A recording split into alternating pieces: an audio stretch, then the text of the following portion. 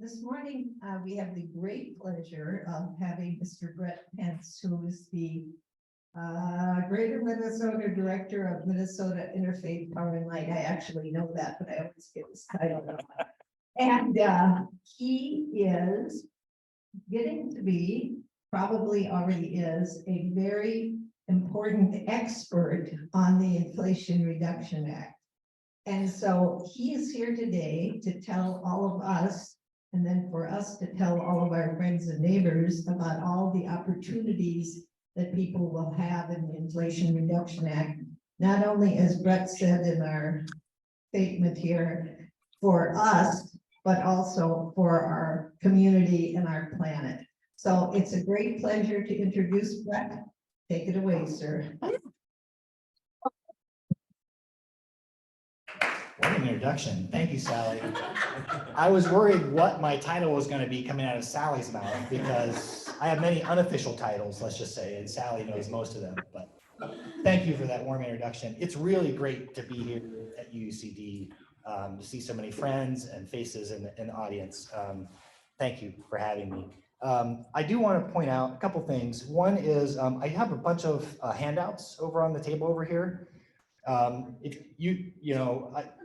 I don't think you need to pick them up at this moment, but I think you'll want to grab those after the talk's done. It has a lot more detail. 3 of them are from Senator Smith's office, and they're just excellent one-pagers about different aspects of this really big legislative accomplishment we're going to talk about today. And here's just an outline of what I have planned for today. It's a 750+ page document, so we're not going to get through the whole thing in 25 minutes in detail.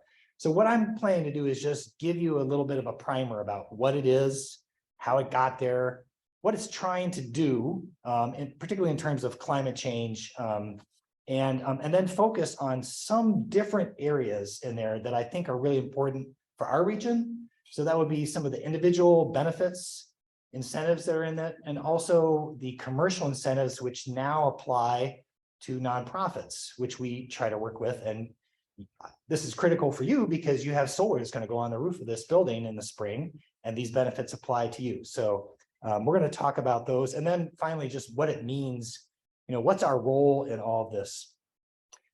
And I will say one further thing before I kind of just dive in. I'm going to ask that you, I see that Lucy's got her legal pad here, so she might be able to write it down for everyone, but hold your questions to the end. And the reason for that is I think it's natural to say, well, how will this work at my house? How will this work in this situation? Wait till the end. We all have time for questions. I'll also try and introduce some resources that you can answer some of those questions on your own. But I'm happy to take some of those questions as I can, as we go on. So hold on to those questions, write them down. I want to hear them, but let's just wait till the end on this one. Okay. Introduction to Minnesota Interfaith Power and Light. I'm here among friends and leaders within this movement, so I don't feel I need to do a large introduction. And also thank you to UCD for being such a leader within Minnesota Interfaith Power and Light.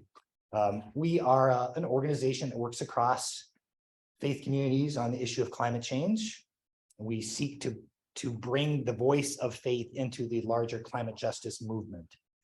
And UCD has been a constant leader in our work up here in northern Minnesota since we started as a regional group in 2014. Okay, so let's go beyond the introduction just to talk a little bit about the Inflation Reduction Act, just in general. Okay, it was signed. We're going to start not at the beginning paragraph, but we're going to start it was signed in August of this year. And it was a shock to see it signed for many of us that had been working on it, because it had been in many iterations prior to it being signed. It had been originally the idea, we could go actually back 30 years. We could go back to James Hansen testifying in front of Congress in 1988. And the idea of saying that climate change is a pressing issue and that we as a country need to do something about it. And I'm asking you, Congress, to help us do something about it at scale, at a big way. This bill is really the first bill that's really done that. It's not a perfect bill, and we'll talk about that, but that's the broad history. That could be a whole separate conversation. But that conversation of what can we do at scale, I would say, started in recent history with the idea of a Green New Deal, which you may have heard about. I think it's been lampooned many ways and to such a degree that many people don't know about it. But again, the idea was, what do we need to do as a society to really move off of fossil fuels, which are the driving force of climate change? I think that was a lot of the aspects of the Green New Deal were folded into the 2020 election, and it became Build Back Better under now President Biden. That was a push for that in Congress. And again, this is the climate aspects of a larger social program of how we move forward as a society, what we want to be. And then it was broken out further from there. Build Back Better legislation became split into two parts. So there was an infrastructure bill that was passed last year. The acronym, acronyms, you swim in acronyms when you're in this business, but the IIJ is the bipartisan infrastructure bill. They split out almost entirely all of the climate action from that. And we waited and waited and waited to see what would happen. So it finally did pass. The reason it took so long is we were compromising within the Democrats were compromising within their own party, even though they held a majority in the Senate and in the House, particularly with Senator Manchin in the Senate, who is very attached to fossil fuels. And I think he is pretty forward about that. He comes from West Virginia, and he himself profits and is part of the fossil fuel industry. So this was a big negotiation. So it did pass. Why is it called the Inflation Reduction Act? There's $370 billion of spending, but there's more revenue than spending. So the broad idea is that it is because it's bringing in more revenue than the government's actually spending, it would pull down inflation over time. I think the CBO has said it will do that in a moderate way over a long period of time. But the real reason it's called the Inflation Reduction Act is because Senator Manchin wanted that. If he wanted to be called the Skunk Smell Like Roses Act, that's what it would be. So that's why we have that. But I'm going to call it the Climate Reduction Act, just for the rest of this, because that's the focus of the bill. The bill is really big. It cuts across many things, taxes, deficits, healthcare. But I'm really going to focus on the climate section because that's where the majority of the spending in it is. And I think that's the majority of the focus of the bill. And the bill does, in terms of the estimates of what it will do for us in terms of climate emissions reductions, looks like 40% reductions by the end of the decade with all the modeling we have so far. That's kind of a floor, and it's also a spending floor, and we'll talk about that later. I'm going to advance, but I just don't want to say before we get into some of the climate highlights and talk a little bit more about that, we need to recognize our own legislators from Minnesota that were really, really wonderful in pushing it forward. All of our legislators that were on the Democratic side supported, all the ones on the Republican side did not. So you can thank the ones that did and not be partisan about it. And perhaps we can convince our Republican legislators that this is a good thing as well, and they can support it after the fact. But we also have to recognize that Tina Smith was really a driving force. She actually was a driving force, not only to get it passed, she was a person that was negotiating with Senator Manchin right up to the end when we didn't think this would happen. But she was also a person that worked heavily in the details of this. And she was the one who really pushed the fact that nonprofits can get these tax credits we're going to be talking about. So, and her office is a fantastic source of information on this because she was so involved in the details. So that's where a lot of my handouts come from. I advance a little farther. I think I won't talk a ton about the climate highlights in here, except I think what this shows is that the bill in general is an industrial policy bill to move the United States from fossil fuels to a clean energy basis. That's what it really does. There are other aspects of it in there. There are really excellent justice aspects to make sure we're not leaving people behind. There are aspects of electrification that we'll talk about that are part of that story. There are parts about agriculture and forestry, about how those play a part. But again, how they're funded is relatively minor comparative to the larger focus, which is sort of an industrial policy focus. Industrial policy is something we used to do all the time in this country. It's how we got railroads across the country. It's how we built up a lot of our industry. It's the government focusing on something, putting incentives towards it, and then trying to bring a certain industry forward. That's really what this bill is about. It is a compromise bill, and you can see there's some areas that I would determine, and many others would determine, that are really not climate centered. Remember, we're negotiating with not in a bipartisan way across party, but across a fossil fuel industry and folks who are not within that industry. And so here's some of the warts I would say they're in this bill. I'm going to not talk about them a ton at this moment. I would welcome questions afterwards, just because of the limited time. What I really want to talk into is the theory of action. You know, what this bill is trying to do, how it's trying to do it, and how we get to this modeling of 40% reductions. So the broad notion of how we change our economy from a fossil fuel based economy to one that's not fossil fuel based is this theory of action that's really developed, I'd say, over the last 20 years, and really advanced, I'd say, the last 5 to 10. It wasn't something that a genius came up with. It's people talking over time within movements, experts, community leaders, social activists, legislators, managers, anyone you can think of. They're in the discussion over time. And it seems like this is the way that we'll be moving forward to try and move our economy into a clean-based economy. We're going to try and clean up electricity. A lot of clean energy on that system, move fossil fuels off of that system. We're going to try to electrify everything that is not electrified right now. So think about your cars and any of your gas appliances, anything that runs on fuel oil. The effort is to make those also run on electricity. And then finally, the last thing is centering equity with that. We've gone through many, many transitions in the past. We've gone from the horse to the car, all kinds of things. But we didn't, oftentimes in those transitions, we left a lot of people behind. And that can cause resentment. It can cause resistance. And it's not just. So that is another part of this theory, is that we don't leave anyone behind as we're doing this.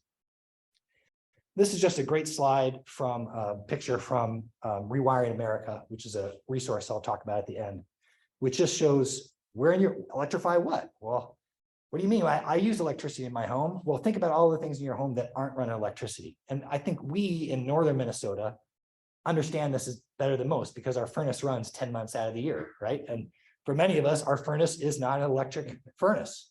It runs on gas, or it runs on oil, or could run on, all kinds of stuff. So we understand that there are opportunities here. That could also be your clothes dryer. It could also be your dishwasher. It could be your hot water heater. So many, many opportunities. This shows some of the things that we'll need to change. Saul Griffith, who formed Rewiring America, and I know Mike knows this, has said we need to change 1 billion machines over the next decade. We're not going to do that all at once, but again, that's the theory of action behind this. And then sometimes I get questions about, well, what happened to efficiency? I thought we were all about efficiency. We've worked on efficiency for so long. If those of you that know me know I used to work for Equilibrium 3, and I used to manage their energy efficiency program, and I love energy efficiency, and I geek out on graphs like this all day. But we're not stopping efficiency. Efficiency is still going to be very critical, but it's just understanding that now electrification is efficiency. This is spaghetti graph. If you look at the gray part on the far side over there, that is wasted energy. So in our current system, we waste 2/3 of the energy that we start out with. And a lot of that is because we burn things. And when you burn things, you're creating smoke, and you're creating light, and you're creating heat. And you don't necessarily need all those things for the application you're doing. And that's pollution. So we're trying to move to clean energy systems where you don't have as much waste. And a solar array, comparative to a comparative to a coal thermal plant, is about 250% more efficient. You just don't have a lot of heat loss. You don't have the heat loss. You're not burning something to boil water, to create steam, to turn a turbine, and then send that over a wire system. So that's just one example. Electric car to drive over here is 400% more efficient typically than its internal combustion engine. So, excuse me. So think of electrification as efficiency. And let's move forward into some of the incentives as we go forward here. So how are we going to incentivize this switch? Well, there are many, many parts. This bill is, I'm still discovering parts of this bill where you think there's a little byline, you realize it's $250 billion of loans or something like that. Like $250 billion, the numbers are mind-boggling. So there's lots that we're still figuring out about what's in the bill and how we're going to work. I'm going to focus on the first two parts of this, which are kind of tax incentives and direct rebates, particularly on the commercial and individual sides.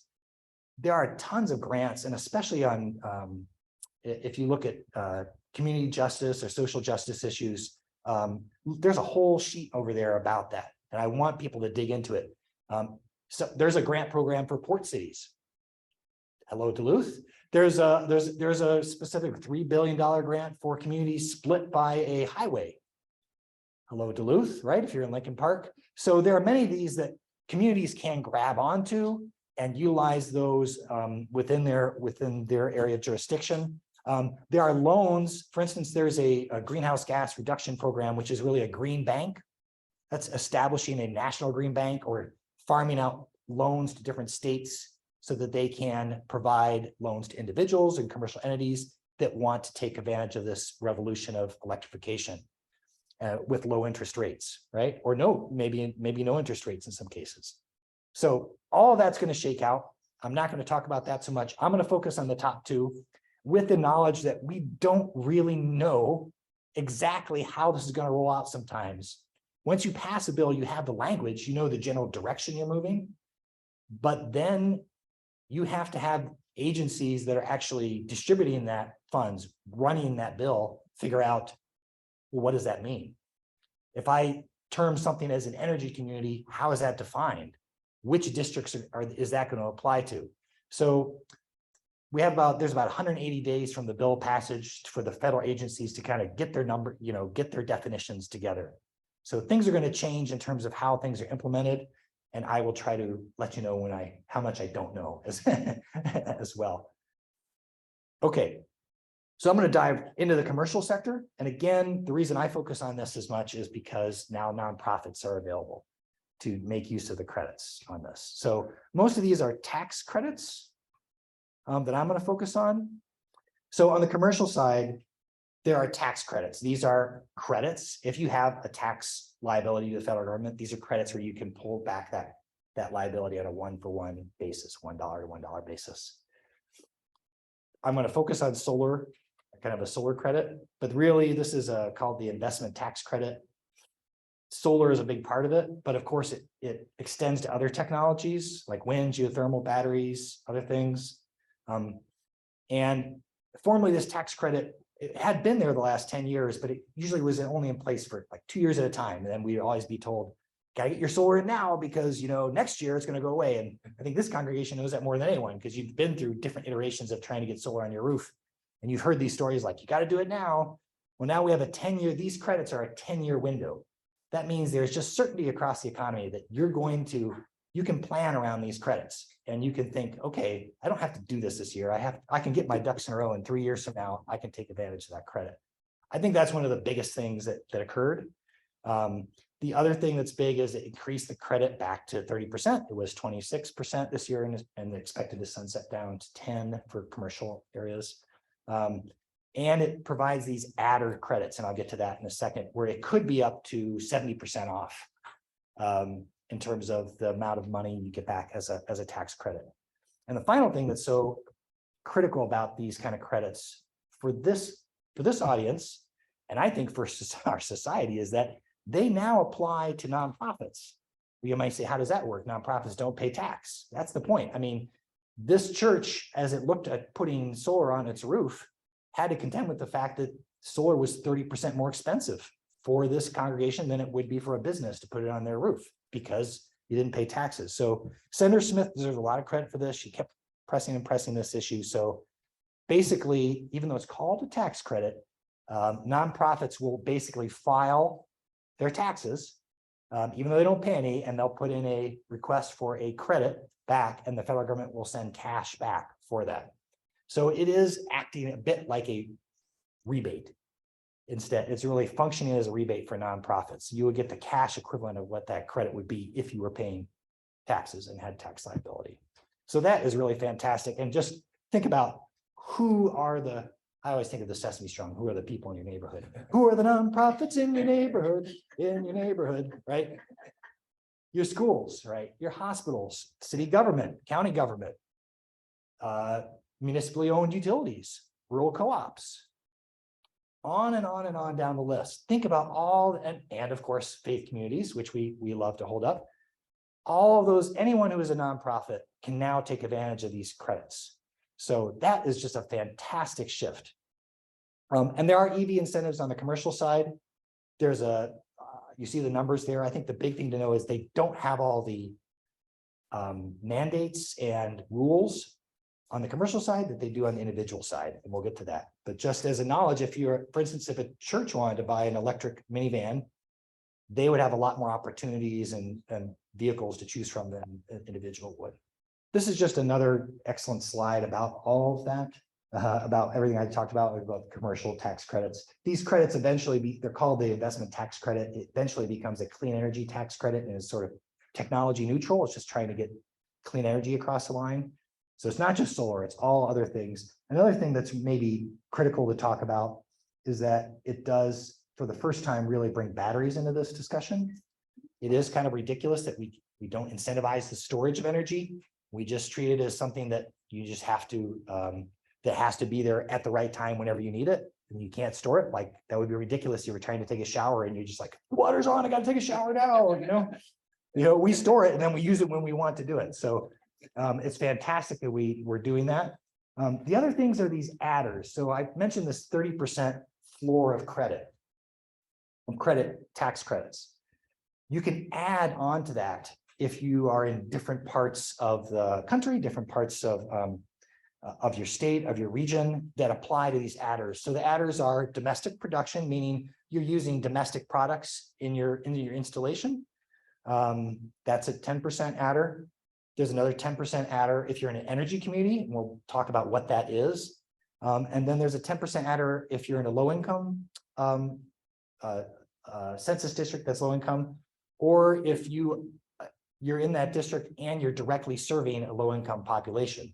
So think about Steve O'Neill apartments. If you put a solar array on top of that, not only is it in a low income area, it's directly serving people within that building. That could be as much as 20%. So 10% if you're in the area, an additional 10% if you're directly serving folks. And here, if we just think about, well, okay, but what does that really mean? This is an analysis of what energy communities could mean in this country, and just look at how much of the United States would fall into that definition. These are places that have a coal plant or a coal mine that's been retired, or they're trying to remediate.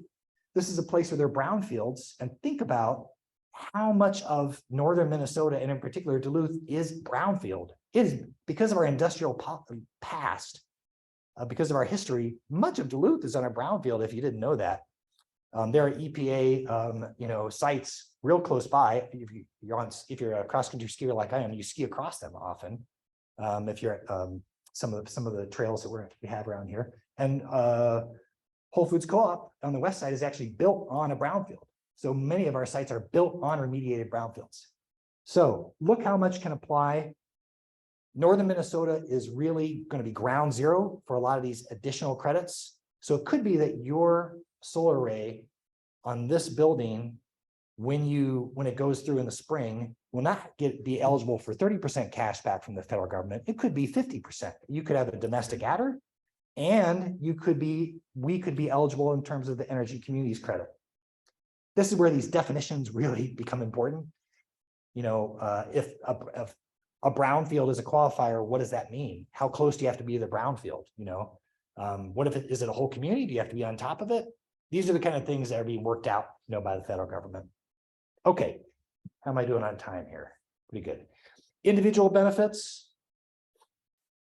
These same commercial credits are basically available on the individual side in terms of tax credits.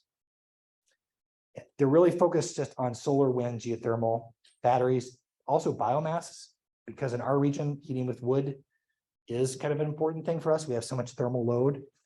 So all of that is there. These do not have the adders, so it's 30% for the next 10 years.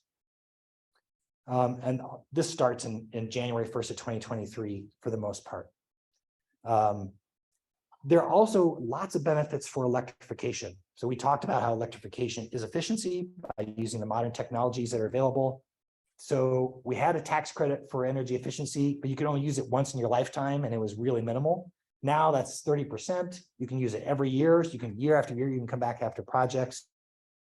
They opened it up to a broad range of like insulating our attics and putting new doors and windows. But now you can put in a heat pump and get a tax credit for that. You can put in, you can rewire your house because a lot of our houses in Duluth are really old, right? And you can't, you might have knob and tube wiring from the early 1900s, and you need to replace that to take advantage of this. That can be part of the rebates. And these are really interesting. These are rebates that are, this is not a tax credit. This is something a person would get at the point of sale. I say, I want to put a heat pump in my house, and you have to income qualify for it. So under 150% of area median income, whatever that means, we can talk about that as a question perhaps.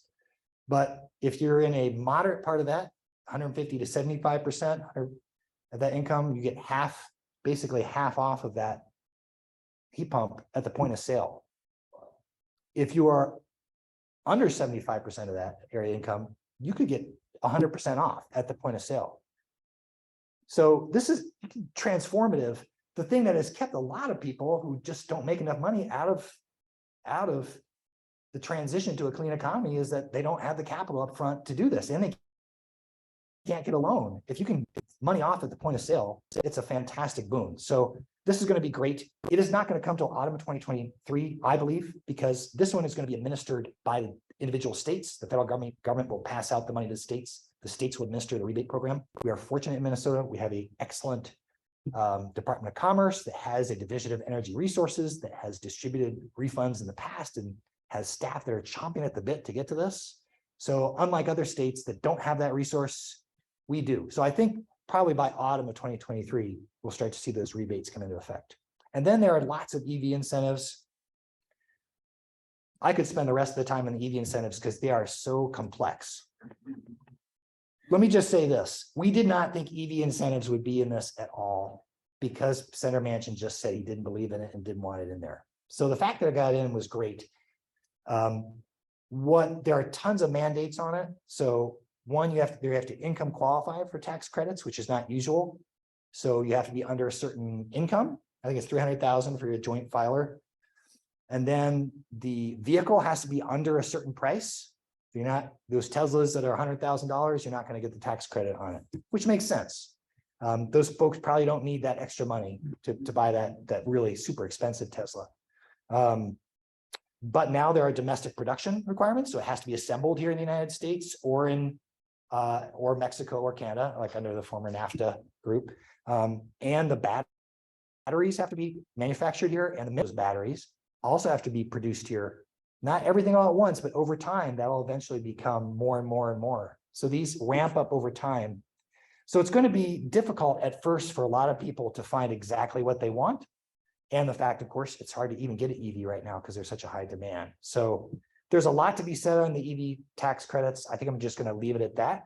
There's also a used car tax credit that has a lot of those same kind of requirements. Okay, I wanted to make sure we got to this before time ran out. So all those individual questions you have about, well, how is this going to work for me? How is it going to work for my household? How about my son-in-law and his wife? You know, how is it going to work for them? There's an excellent calculator from Rewiring America. I have the web address up here, but you can just go to Rewiring America and there's a little button at the top that says IRA calculator. Just click on that.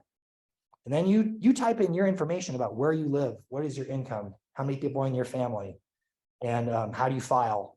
And it will tell you what you're going to qualify for. And then each thing it'll tell you it qualifies for, you can click on it and it'll give you the details about how to access that. What are the details of rewiring your house? You know, what are the details of a solar array? What would a battery look like? So how do I file that stuff, and how do I get access to it? So I hope you will, if we have more time, I'd have us all kind of look through that on our own. And we could, I think it really plays into questions afterwards. We don't have time to do that. but I urge you to kind of look, check this out, pass it on to your neighbors, deputize you to do this. And this is what that screen looks like with a family of 4 that makes about 100,000 in Duluth. And you can see the total incentives available are $20,000. For my wife and I and our family, that means we could probably plan to get off of natural gas in our house in 3 years, where I could maybe plan 10 years ahead before if I really saved and scrimped. But this makes it quite easy to do. So again, so what can you do to get ready? There's all kinds of stuff we still need to know as I tried to present here. I think one thing you can do is figure out, well, what's going on in my house or in my life that I'd like to convert. So one great thing, if you've never done it, is just get an energy audit for your home. Equilibrium 3 is a nonprofit here in Duluth that does energy audits. You can also just go onto Minnesota Power's site, their conservation improvement program site, and they have a number of different entities besides Equilibrium 3 that are qualified to do energy audits. That is basically a doctor's visit for your home. It tells you exactly what's going on in your house. And you also can then create a personal plan behind that. You can figure out, well, okay, when did I get that clothes dryer? Or when did I get that, how old is my furnace? And understanding when I'm going to need to replace that kind of stuff, you can kind of plan ahead. You can think about these credits and say, okay, I can get credits for this, but maybe I can get a credit for the water heater and the furnace. Maybe I want to do those in different years because I can get the same amount of credit. I can get $2,000 for 1 year and $2,000 for one the other year. If I do them both in the same year, I still only get $2,000. You can start to plan that out. And Rewiring America does a great job with charts and information. I brought one of the charts, kind of a 1-page over there, so you can kind of do your own planning. If you're interested in you've always been interested in going solar, which is a fantastic thing to do if you're going to electrify everything in your house, is to produce your own fuel at your house. We do run a group buy program with Solar United Neighbors, and I brought a sheet for that here. And then you can join others. This congregation is fantastic at that, but join other groups that are doing this work. I should put the Nature Conservancy on. Many others doing this work, and we need you to join other groups. One, because there are still many challenges ahead of us. Think about how many people we need to change 1 billion machines, and how stressed we are in this economy right now just to find workers to get your coffee, at Target. It's going to be a real challenge to do that. It's also a challenge as we're trying to ramp up basically domestic production, domestic processing, domestic delivery of all these things. It's going to take a while for these supply chains to get into effect. So you may want that EV right now, but it might take a year to order it brand new. And if you want that used EV, just good luck for a while. It'll be there probably in 2 or 3 years, but it's really, I think right now it's a difficult thing to find. So, and then we're used to challenges up here. I brought this picture. This is the everyday challenge at my house in January. I think we're uniquely suited to look at some of these challenges. A big challenge is, how do you do this in a super cold climate, right? And so how we do this is going to be different than a Jacksonville, Florida.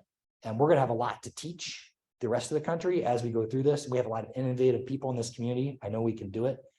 What I hoped I impressed upon you is also the incredible opportunity that this presents. I mentioned the floor of spending, which is $370 billion or so on climate. That does not include the tax credits have no cap. Some of these loans are just leverage loans to get a private group to spend more money. And so what is not modeled right now is how much support the federal government could actually give in the next 10 years. And it just depends on how much we use it.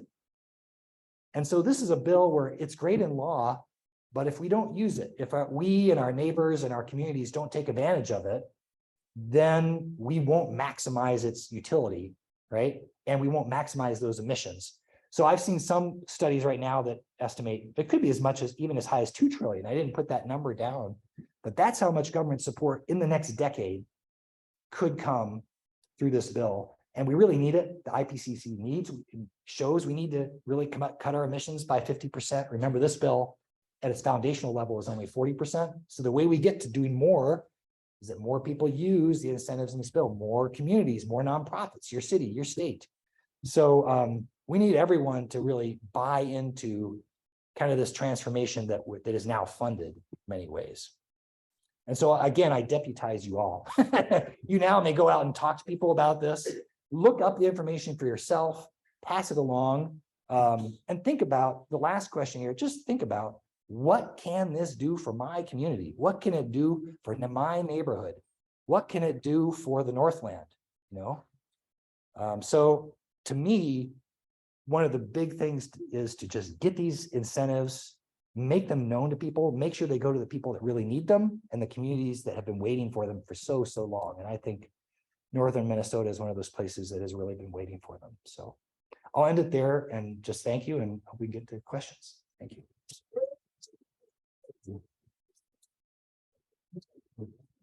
And I put up resources here, of course, and there are the handouts.